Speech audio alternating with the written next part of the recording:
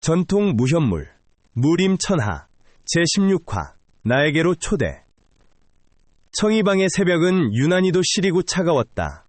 서리빨 같은 공기가 문틈을 타고 스며들었지만 하운용의 방에 켜진 촛불은 단 한 번도 흔들림 없이 자리를 지켰다. 운용은 밤새 붓을 놓지 않았다. 사르륵 종이 위를 구르는 붓 끝의 마찰음만이 고요한 방 안을 채웠다. 그가 남긴 것은 정죄된 이별의 서신이 아니었다. 동이틀 무렵 가장 먼저 잠에서 깬 마성탁이 운용의 방을 찾았을 때 그를 맞이한 것은 주인 없는 방과 책상 위에 놓인 두툼한 종이뭉치였다. 마성탁은 무심코 첫 장을 넘기다 그대로 굳어버렸다. 그것은 이별의 인사가 아니라 청이방이라는 거대한 조직을 재건하기 위한 완벽한 설계도였다. 수십 장에 달하는 종이에는 해야 할 일들이 정교하게 나열되어 있었다. 파손된 건물의 수리 순서, 독고왕의 세력이 다시 침공할 경우를 대비한 세 갈래의 철수 경로와 은신 지점까지 상세히 기록되어 있었다. 종이 끝에는 아직 마르지 않은 묵향이 하운용의 밤샘을 익명하고 있었다. 마성탁은 그 종이 뭉치에서 하운용이 짊어진 책임감의 무게를 느꼈다. 무공의 구결보다 더 치밀하군. 자기 안위보다 청이방의 숨죽을 먼저 챙기다니. 이 치밀함이 스스로를 옥죄는 굴레가 되지 않길 빌 뿐이다. 뒤따라온 설란 역시 종이를 훑어내리다 손끝을 떨었다. 그녀는 운용이 밤새 궁리한 생각들에 가슴이 아려왔다. 설란은 묵묵히 짐을 챙겨 떠난 운용의 빈자리를 손으로 쓸어보았다. 온기는 이미 가시고 없었지만 그가 남긴 진한 잉크 향만이 독하게 남아 그의 부재를 실감케 했다. 꼭 가야만 했나요? 이곳보다 훨씬 더 삭막하고 거대한 그곳으로? 그의 재능이 그를 잡아먹지는 않을지 걱정될 뿐이다. 부디 그 명석함이 당신을 궁궐의 도구로 만들지 않기를. 세상의 모든 지식을 탐하다 정작 자신의 영혼을 잃어버리지는 말길. 그녀는 그의 빈자리가 이토록 싫을 줄 알았다면 차라리 그 천재성을 미워했을 것이라 생각했다. 낙양의 바람이 그에게 부디 온화하기를 기도할 뿐이었다. 낙양의 중심, 궁궐까지 오기까지는 반나절이 걸렸다. 밤에 출발하여 아침 되어 성문이 열릴 때쯤 도착한 것이다. 하운용은 이미 낙양 황궁의 거대한 붉은 담벽 아래에 서 있었다. 성문 앞에는 벌써 내관이 나와서 기다리고 있었다. 하늘을 가로막은 높은 성벽은 제 아무리 뛰어난 무인이라도 압도당할 만큼 위압적이었다. 성벽 너머에서 들려오는 거대한 북소리는 이곳이 세상의 중심이자 모든 권력의 심장부임을 선포하고 있었다. 담장 위로 삐져나온 기와 한 장조차 범접할 수 없는 권위로 번뜩였다. 평왕수의 안배로 얻은 천기각 서사라는 이름 없는 말단직함. 하지만 그에게 신분이나 직위 따위는 중요치 않았다. 하운용은 황궁 내관의 안내를 받아 천기각으로 향했다. 내관은 온용의 행색을 훑어보며 비릿한 웃음을 흘렸다. 이곳은 죽은 자들의 지혜가 잠든 곳이다. 살아있는 놈이 들어가는 건 허락해도 정신이 온전해서 나오는 놈은 드물지. 라고 문지기가 비릿한 웃음을 지으며 경고하였다. 자네 같은 애송이가 며칠이나 버틸지 궁금하군. 황궁의 서구는 지식의 보고이기도 하지만 지식에 잡아먹힌 자들의 무덤이기도 하니까. 라며 그는 비아냥거렸다. 수많은 서사들이 저 종이더미 사이에서 제 이름도 잊어버린 채 늙어갔지. 라는 노인의 말은 운용의 귓가에 차갑게 박혔다. 운용은 대답 대신 정중히 고개를 숙였으며 그의 시선은 하늘을 찌를 듯 솟아오른 황궁 서고인 천기각을 향해 있었다.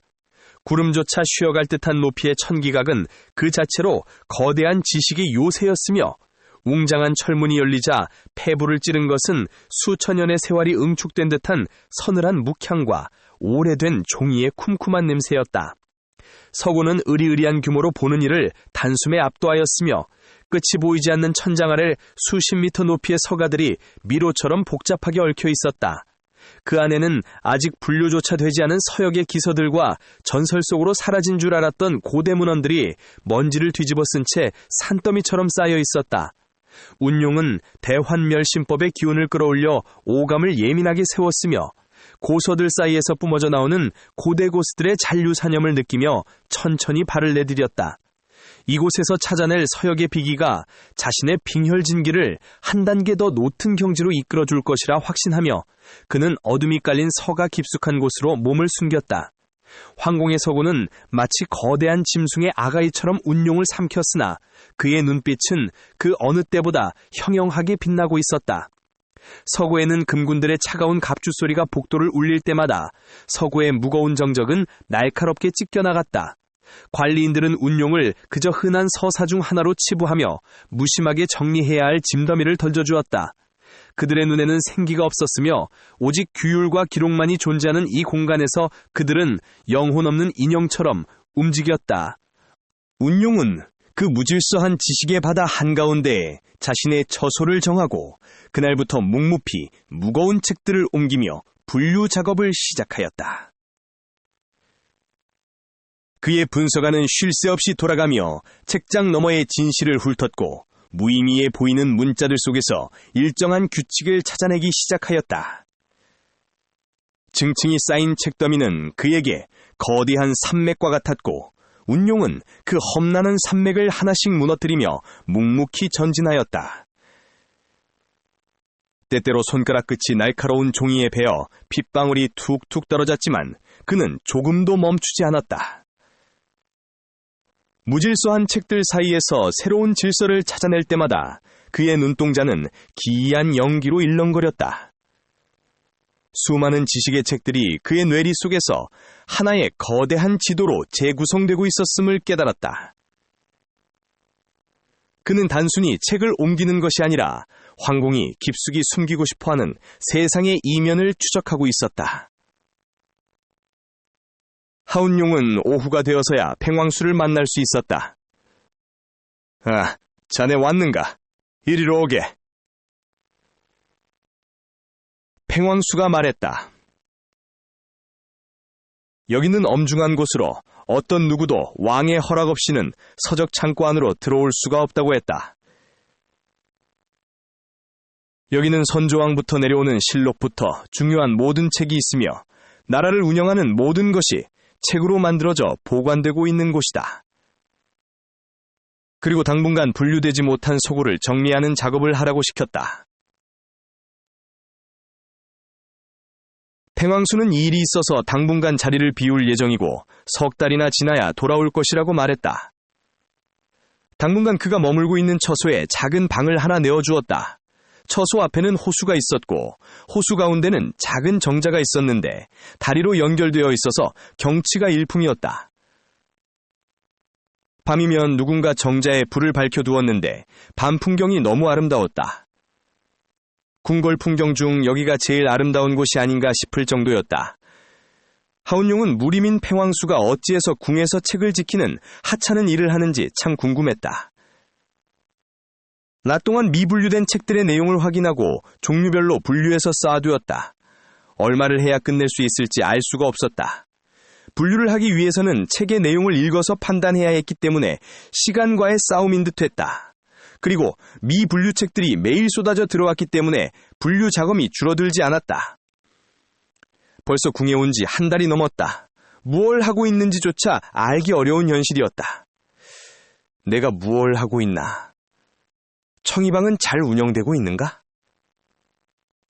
작업을 마친 깊은 밤 하운용은 잠이 오지 않았다. 창가로 비쳐드는 달빛 아래 정자를 보면서 밖으로 나갔다. 궁에서는 밤에 움직일 수가 없다. 그러나 여기는 외진 곳이기도 하고 별도로 담장이 쳐져 있어 좀 자유로운 곳이기도 했다. 궁을 지키는 무사들이 4명씩 짝을 지어 순찰을 돌고 있었다. 하운용과 얼굴을 익혔기 때문에 순찰을 돌 때면 목례로 인사를 하곤 했다. 황궁의 밤은 지나치게 고요했기에 마음속 깊은 곳에서 들려오는 목소리는 오히려 더 크게 울렸다. 창밖으로 보이는 황궁의 화려한 지붕들은 달빛을 받아 차가운 은색으로 빛나고 있었다. 그 빛조차 이곳의 삼엄한 법도에 짓눌린 듯 죽어 있었다. 작은 호수를 돌다가 정자로 가보았다. 여기 와서 정자에는 처음 와본다. 정자에는 바둑판도 있고 종이와 붓이 있었다. 참 한가롭고 아름다운 풍경이었다. 청이방 식구들의 그리운 생각에 붓을 들었다. 그리움을 적어보고 싶었다. 얼마 만에 들어보는 붓인가? 한 달은 되는 듯했다. 그는 종이 위에 차마 밖으로 내뱉지 못한 그리움과 고뇌를 한자 한자 새겨 넣었다. 보고 싶은 청이방 가족들을 그리며 시를 적었다. 평생을 책과 살아온 그다. 마음속에 글을 적는 건 평상시 공부하던 모습이다. 청이방 가족들을 초대하고 싶은 그리움, 떨어져 있어 허무한 마음, 다른 시간 속에 있는 현실들을 담담하게 적었다. 나에게로 초대. 묵직한 다른 시간 속 모난 생각을 굴리면 흩어져 나간 마모된 사연과 흩어진 시간의 파편만 남습니다. 가슴으로 보낸 나의 초대는 멈춰선 시간의 무대에 버려진 기억과 달아난 온기가 부끄러운 빛으로 발가벗겨져 모두 무너졌습니다. 그대는 바래지 않는 기억의 문양으로 가슴 가장 깊은 곳에 스며드는 빛의 잔상으로 처음 마주한 그 신비의 모습으로 오시길 바랍니다. 내 삶의 축제였던 그대를 다시 나에게로 초대합니다. 울룡이 마지막 시구를 갈무리하며 깊은 한숨을 내뱉던 그때였다.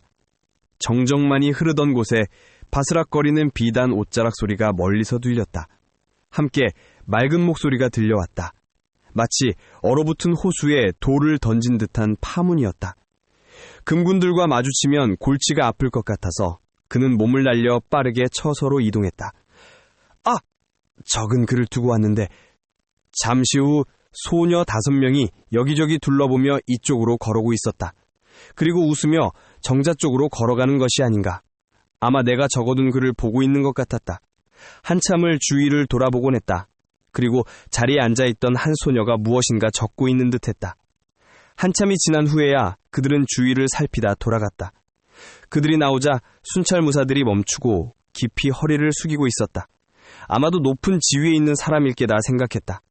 아침 일찍 그는 적어둔 글을 가지러 갔지만 적어둔 시는 없었고 새로운 글이 있었다. 화답. 당신은 누구신가요? 그대의 초대가 시린 마음 따라 내 마음에도 왔습니다. 마모된 사연을 하나씩 매만지던 그 무거운 밤들을 생각해봅니다. 파편처럼 흩어진 시간 끝에서 부르는 떨리는 사람은 누구일까요? 신비로운 모습으로 오라 하셨으나 그저 지나가다 이 그리움을 보았답니다. 그대를 보고 싶습니다. 축제의 등불이 펴질 때 여기 정자에서 보고 싶습니다. 당신의 사무치는 그리움을 그대에게 물어보고 싶습니다. 시 하나가 얼마나 모진 풍파를 가져올지 하운용은 모르고 있었다. 운용은 적은 글을 보고 처소로 돌아왔다. 황당한 일이 아닐 수 없었다. 앞으로 궁에서 행동을 조심해야겠다는 생각을 가지게 되었다. 같은 시각 구운파 본사는 비명조차 나오지 않는 죽음의 정적에 휩싸였다. 청동랑은 장문인이 되기 위해 미쳐버린 사부 흑독수에게 독주를 먹여 그의 숨통을 직접 끊어버렸다. 사부가 잠자리에 들기 전에 먹고 있는 탄약 속에 하인을 시켜 독을 넣은 탄약을 보냈다. 청동랑은 독약을 먹고 몸부림치는 사부가 문 밖으로 나오지 못하도록 문 앞에서 지키고 있었다. 마지막 피를 토하고 쓰러져 죽은 모습을 확인한 후에야 자기 숙소로 돌아갔다. 사부, 당신의 시대는 이미 끝났습니다. 낡은 시대는 당신과 함께 묻으십시오. 이제 구운파는 나의 야망으로 다시 태어날 것입니다. 죽음으로 제게 마지막 길을 열어주시는군요. 원망은 저승에 가서 나십시오. 당신의 고집이 결국 이 문파를 썩게 만들었으니 내가 그 환부를 도려내는 것입니다. 이제 구운파는 낙양의 지하를 피로 물들일 준비가 되었습니다. 청동랑은 광기 어린 미소를 지으며 장문인의 의자에 앉아 권력의 맛을 음미했으나 그 영광은 찰나의 꿈이었다. 흑독수의 죽음에 분노하고 청동랑의 모욕적인 고문에 이를 갈던 흑골마는 문득 때때로 찾아와 자신을 예뻐해주던 독광이 생각났다. 흉악한 노인이었지만 지나가다 마주치면 용돈을 쥐어주기도 했던 사람이었다. 어려운 일이 있으면 꼭 자신을 찾으라고 말하던 노인이었다. 결국 흑골마가 독고왕을 불러들였다. 구성의 절정 내공을 얻은 독고왕의 강림은 그 자체로 신의 심판과 같았다. 그는 단 한 번의 수인으로 청동랑의 온몸 기맥을 가루로 만들어 버렸다. 바닥을 뒹굴며 짐승처럼 울부짖는 청동랑의 비참한 몰골을 보며 독고왕은 싸늘하게 읊조렸다. 그의 목소리는 지하 동굴의 습한 공기를 타고 기분 나쁘게 울려 펴졌다. 자리를 넘본 대가다. 넘보지 말아야 할 자리를 탐낸 죄는 죽음보다 무겁지. 네놈의 피가 구운파의 새로운 시작을 알리는 제물이 될 것이다. 천하에 내 이름이 다시 물리게 될 첫 번째 희생으로 말이다. 구운파의 명성은 이제 내 무공을 돋보이게 할 장식풀에 불과하다. 충성심도 없는 주제에 야심만 가득한 놈은 내게 필요 없다. 독고왕은 흑골말의 제3제자로 삼으며 비릿하게 웃었다. 구운파의 잔당들은 이제 독고왕이라는 거대한 그늘 아래 머리를 조아리며 공포에 떨었다. 독고왕은 흑골말에게 구운파를 다스리게 했고 그가 올 때까지 조직을 정상으로 만들게 했다. 이제 구운파를 바탕으로 세력을 하나씩 키워가면 된다. 공포로 다스리는 것만큼 확실한 복종은 없다는 것이 그의 지론이었다. 독고왕은 승리에 취하지 않고 제자들을 데리고 곧장 동굴 깊숙한 곳, 차가운 암석을 깎아 만든 철괴 앞으로 향했다. 구성의 내력을 회복했음에도 불구하고 눈앞의 철괴를 보자 손끝이 미세하게 떨려왔다. 과거 이 괴를 열려다 당했던 처참한 부상이 늙은 여우 같은 그의 본능을 자극했다. 독고왕은 제자들을 자리를 옮기게 했다. 그리고 철괴를 열기 위해 온몸의 내력을 올리기 시작했다. 그의 몸 주위에 기괴한 열기들이 번지면서 진기가 벽에 부딪히고 철괴를 흔들기 시작했다. 동굴한 열기가 점점 심해지며 작은 파음 같은 게 생기기 시작했다. 독고왕의 얼굴에는 땀들이 줄줄 흘러내리기 시작했다. 그러다 끼익 소리가 나면서 철괴의 뚜껑이 열리기 시작했다. 독고왕은 기를 회수하고 가부좌를 풀었다. 한참 침묵이 흘렀다. 그는 결코 직접 손을 대지 않았다. 제자에게 시키기로 한 것이다. 그는 곁에 서 있던 제자들을 한 명씩 훑어보았다. 제자들의 눈에 서린 공포를 즐기듯 그의 눈빛이 번들거렸다. 강충아, 지존의 길을 여는 영광을 네게 주마. 저 괴짜간의 비급을 가져오너라. 그것이 네 충성을 증명하는 유일한 길이다. 두려워 마라. 이미 내 공력으로 장치는 모두 무력화했으니 이 스승을 믿지 못하는 것이냐? 네가 아니면 누가 내 천하를 함께 열겠느냐? 이 비급만 손에 넣으면 너 또한 만인지상의 자리에 오를 수 있다. 죽음의 위협을 견뎌낸 자만이 생의 정점에 서는 법이다. 제1제자 강충은 사부의 부름에 감격에 젖어 철괴로 다가갔다. 사부의 신뢰를 독점했다는 착각과 공명심에 눈이 먼 그는 조심스럽게 비급을 들었다. 철컥, 육중한 뚜껑이 열리는 순간 찰나의 정적을 깨고 날카로운 기계음이 고막을 찢었다. 타타탓 타타.